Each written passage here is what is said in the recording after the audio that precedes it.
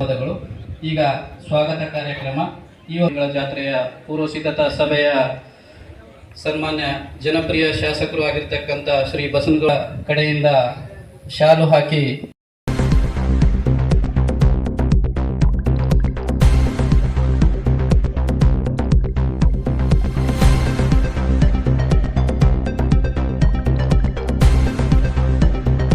ಏನೇನು ಅನುಕೂಲ ಬೇಕು, ಬ್ಯಾರಿಕೇಡ್ಗಳು ಕಟ್ಟುವಂಥದ್ದು, ಬಂದಂತ ಭಕ್ತರಿಗೆ ಇಲ್ಲಿ ಅನುಕೂಲ ಆಗೋದು ಮತ್ತು ಪ್ರಸಾದ ಯೋಜನೆಯನ್ನು ಚಾಲುಗೊಳಿಸೋದ ಎಲ್ಲರಿಗೆ ಕ್ರೌಡ್ ಆಗಲಾರದ ರೀತಿಯಲ್ಲಿ ಮತ್ತು ಸ್ವಚ್ಛತೆಗೆ ತಾವು ಕೂಡ ಮೆನುವನ್ನು ಕೊಡಬೇಕಾಗ್ತದೆ. ಎಲ್ಲೆಲ್ಲಿ ಇರ್ತಾರೆ ಆ ರೀತಿಯಾಗಿ ಮಾಡೋದ್ರ ಜೊತೆಗೆ ತಾಲೂಕಾ ಪಂಚಾಯತಿ ಅವರು, ತಾಲೂಕಾ ಪಂಚಾಯತಿಯ PDO ಅವರಾಗಿರ್ಬೋದು, ಎಲ್ಲ ಇಲಾಖೆ ಅಧಿಕಾರಿಗಳು, ಜಸ್ಟಾಮಿನ ಕರೆಂಟಿನ ಏನು ತೊಂದರೆಗಳಿದೆ ಅವೆಲ್ಲವನ್ನ ನಮ್ಮ ಅಧಿಕಾರಿಗಳ ಜೊತೆಗೆ ಇರ್ತಾರೆ.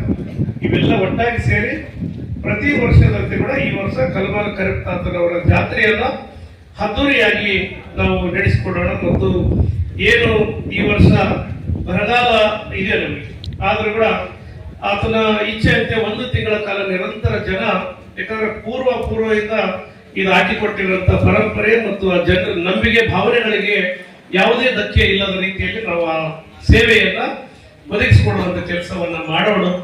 ಅವ್ರ ಜೊತೆಗೆ ಭಕ್ತಾದಿಗಳ ಭಾವನೆಗೆ ತಕ್ಕಂತೆ ನಾವು ಇಲ್ಲಿ ಸೇವೆಯನ್ನ ಮಾಡೋದಕ್ಕೆ ನಾವೆಲ್ಲ ತಾಲೂಕು ಆಡಳಿತ ಅಧಿಕಾರಿಗಳು ಮತ್ತು ಈ ಕ್ಷೇತ್ರದ ಶಾಸಕರಾಗಿ ನಿಮ್ಮ ಜೊತೆಗೆ ಕೆಲಸ ಮಾಡ್ತೀವಿ ಅಂತ ಕೂಡ ಈ ಸಂದರ್ಭದಲ್ಲಿ ಹೇಳಿ, ಮಾಸ್ಟರ್ ಪ್ಲಾನ್ ಏನು ಈ ಭಾಗ ರೌಂಡ್ ಆಗಿ ರೂಮ್ಗಳು ನಾವು ಸುಗರೇಶ್ವರ ಮಂಟಪಗಳನ್ನು ಭಾಗ ಮುಂದೆ ಒಂದು ಪ್ಲಾನ್ ಮಾಡಬೇಕು. ಶಾಶ್ವತವಾಗಿ ಅಂಗಡಿಗಳಿಗೆ ಶೆಡ್ ಏನು 2 ಸೈಡ್ ಕಟ್ಟೆಗಳನ್ನು ನಿರ್ಮಾಣ ಮಾಡಿ ಶಾಶ್ವತವಾದ ಶೆಡ್ಗಳನ್ನು ನಿರ್ಮಾಣ ಮಾಡಿದ್ರೆ ನಿಮಗೆ ಅವ್ರ ಶಾಪಿನವರು ಕೂಡ ಬಾಡಿಗೆ ಕೊಡ್ತಾರೆ. ಅವ್ರು ಬಂದಾಗ ನಿಮಗೆ ಶಾಶ್ವತವಾಗಿ ಅಲ್ಲಿ ಇರ್ತದ.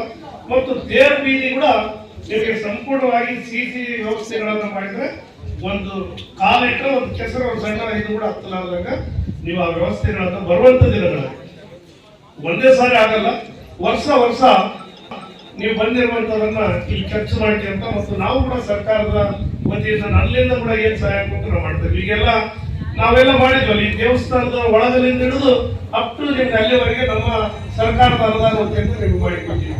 ಅದರಂಗೆ ನೀವು ಬಂದಿರುವಂತ ದುಡ್ಡನ್ನ ಇಲ್ಲಿ ಖರ್ಚನ್ನ ಮಾಡಬೇಕು ಇಲ್ಲಿ ಅಂತ ಕೂಡ ಈ ಸಂದರ್ಭದಲ್ಲಿ ಹೇಳ್ತೀನಿ. ಈಗಾಗಲೇ ಬಹಳಷ್ಟು ಹಿರಿಯರು ನಿಮ್ಮನ್ನೆಲ್ಲ ಅಬ್ಸರ್ವ್ ಮಾಡ್ತಾ ಇರ್ತಾರೆ, ಊರಾಗಳವರೆಲ್ಲರೂ ಕೂಡ ಏನಪ್ಪ ಟ್ರಸ್ಟ್ ಆದ್ಮೇಲೆ ಏನ್ ಬದಲಾವಣೆ ಮಾಡಿದ್ರು ಅಂತೇಳಿ ನೋಡ್ತಾ ಇರ್ತಾರೆ. ಪ್ರಸಾದ ಒಳ್ಳೆಯ ಪ್ರಸಾದ ಊಟ ಮಾಡಿ ಹೋಗ್ತಾರೆ, ಜನ ನೆನೆಸ್ತಾರ. ಆ ರೀತಿಯಾಗಿ ನೀವು ಕೆಲಸ ಮಾಡಿರುತ್ತೆ ಕೂಡ ಈ ಸಂದರ್ಭದಲ್ಲಿ ಹೇಳಿ.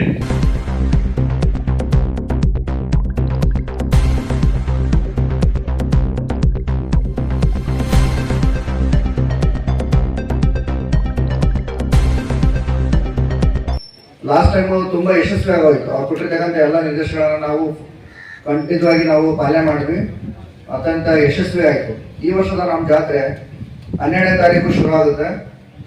ನಮ್ಮ ಪವಿತ್ರವಾಗಿರ್ತಕ್ಕಂಥ ತುಂಗಭದ್ರಾ ನದಿಯಿಂದ ನೀರನ್ನು ತೆಗೆದುಕೊಂಡ್ಬಂದು ಗದ್ದೆ ಅರ್ಪಣೆ ಮಾಡೋದ್ರ ಮುಖಾಂತರ ಈ ವರ್ಷದ ಜಾತ್ರೆ ಶುರು ಆಗುತ್ತೆ. 16ನೇ ತಾರೀಕು ಅವತ್ತು ನಾಗರ ಪಂಚಮಿ ಇದೆ, ಆ ದಿನನೇ ರಥೋತ್ಸವ ಆಗುತ್ತೆ. ನಾವೀಗಾಗಲೇ ಲಾಸ್ಟ್ ಇಯರ್ ನೋಡೋದಂತೆ ಮತ್ತೆ ಈ ವರ್ಷದ ಅಬ್ಸರ್ವೇಷನ್ ನೋಡೋದಂತೆ ನಮ್ಮಲ್ಲಿ ಇಂಪಾರ್ಟೆಂಟ್ ಇರ್ತಕ್ಕಂಥದ್ದು ಸಮಸ್ಯೆ ಅಂತ ಹೇಳಿದ್ರೆ very important parking. Last year ಏನ್ ಮಾಡಿದ್ವಿ, ಆ ಪ್ರಾಬ್ಲಮ್ ಆಗ್ಬಾರ್ದು ಅಂತೇಳಿ ಜಾಗವನ್ನು ಐಡೆಂಟಿಫೈ ಮಾಡಿದ್ವಿ, ಮಣ್ಣಲ್ಲಿ ಹಾಕ್ಸಿದ್ವಿ. 2-3 ಸಾರಿ ಮಣ್ಣಲ್ಲಿ ಹಾಕ್ಸಿದ್ರು ಸಹ ಕರೆಕ್ಟ್ ಜಾತ್ರೆ ದಿನ ಹಿಂದಿನ ದಿನ ಸಿಕ್ಕಾಪಟ್ಟೆ ಮಳೆ ಬಂದ್ಬಿಟ್ಟು ಯಾವುದೊಂದು ಬೇಕಾದ ಪಾರ್ಕಿಂಗ್ ವ್ಯವಸ್ಥೆ ಆಗಿಲ್ಲ.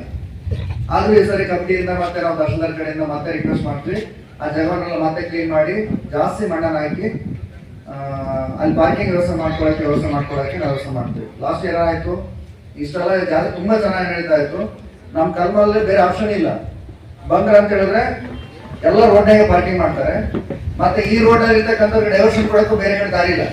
ಈ ಕಡೆ ದೇವ್ರಿಗೆ ಓಡಾಡ್ತಕ್ಕಂಥವ್ರಿಗೆ ಎಲ್ಲರಿಗೂ ಇದೊಂದೇ ರೂಟ್ ಇರ್ತಕ್ಕಂಥದ್ದು. ಹಾಗಾಗಿನೇ ಅದು ಒಂದು ಸ್ವಲ್ಪ ಪ್ರಾಬ್ಲಮ್ ಆಯ್ತು. ಅದನ್ನ ಈ ಸರಿ ಎಷ್ಟು ಸಾಧ್ಯ ಅಷ್ಟು ಜಾಸ್ತಿ ಜನ ಸಿಬ್ಬಂದಿನ ಹಾಕೊಳ್ತೀವಿ.